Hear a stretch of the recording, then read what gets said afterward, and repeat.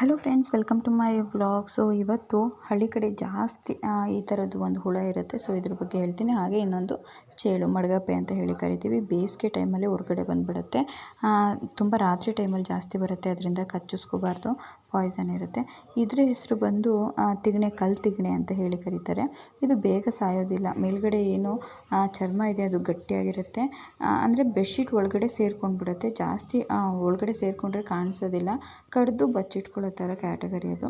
So ಕಡ್ದಾದ್ಮೇಲೆ ಏನು ಅಂತಂದರೆ ತುಂಬಾ ನವೆ, ಅಂದರೆ ನವೆ ಕಡಿತ ಬರುತ್ತೆ. ಆ ಕಡ್ದಿರೋ ಅಷ್ಟು ಜಾಗ ತುಂಬಾ ಗಟ್ಟಿಯಾಗಿ ಊದ್ಕೊಳ್ಳುತ್ತೆ. ಒಂದು ವಾರ 15 ದಿನ ಆದರೂ ಕೂಡ ನವೆ ಆಗಿ ಕಡಿತಾ ಇರುತ್ತೆ. ಸೊ ಇದು ಜಾಸ್ತಿ ನನಗೆ ಕಾಲೇಜ್ ಟೈಮಲ್ಲಿ ಕಡಿಯೋದು. ಸೊ ಇವಾಗ ಇಲ್ಲಿ ನೋಡ್ತಾ ಇರೋದು ಮಡಗಪ್ಪೆ. ಸೊ ಇದು ಮನೆ ಹತ್ರ ಬಂತು ಅಂತ ಹೇಳಿ ನಿಮಗೆ ತೋರಿಸೋದಕ್ಕೆ ಅಂತ ಹೇಳಿ ವಿಡಿಯೋ ಮಾಡಿದ್ದೀನಿ. ಸೊ ಚಿಕ್ಕ ಮಕ್ಕಳನ್ನ ಹೊರಗಡೆ ಬಿಡುವಾಗ ಸ್ವಲ್ಪ ಹುಷಾರಾಗಿ ನೋಡಿಕೊಂಡು ಬಿಡಿ.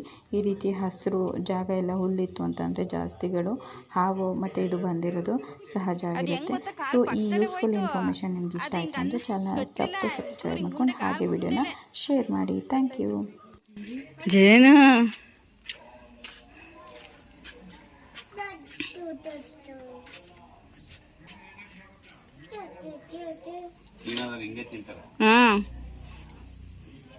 ನೋಡ್ದಾ ಹೋಯ್ತಿಯಾ? ನೀರೆಲ್ಲ ಇಟ್ಕೊಬರಕ್ ಹೋಯ್ತಿಯಲ್ಲ, ಹೆಂಗ್ ಕಚ್ಚುತ್ತೆ ಗೊತ್ತಾ? ನೋಡಲ್ಲಿ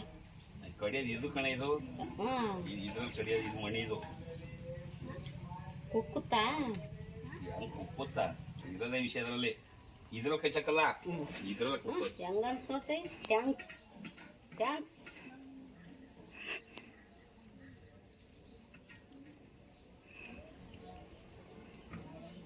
ನೋಡು ಜೇನು ಕೈಯಲ್ಲಿ ಹೆಂಗ್ ಕೋಲ್ನ ಹಿಡ್ಕತೈತದು. ಸತೋಯ್ತು.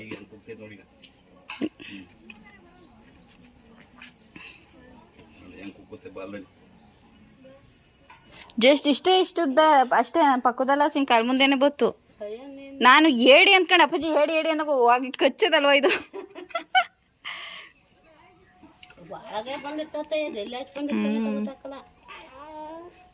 ಸತ್ತೋಯ್ತು ಇವಾಗ ಚೀನು. ಹೋಯ್ತಿ ಇನ್ನೊಂದಿನ ನೀರು ಪರ್ ಹಿಡ್ಕೊಬರಕ್ ಹೋಯ್ತ್ಯಾ? ಅದಕ್ಕೆ ಬರೋದು, ಅಲ್ಲೇ ಇದ್ದಿದ್ದು ತಾನೇ ಅದು ನಲ್ಲಿತಾ.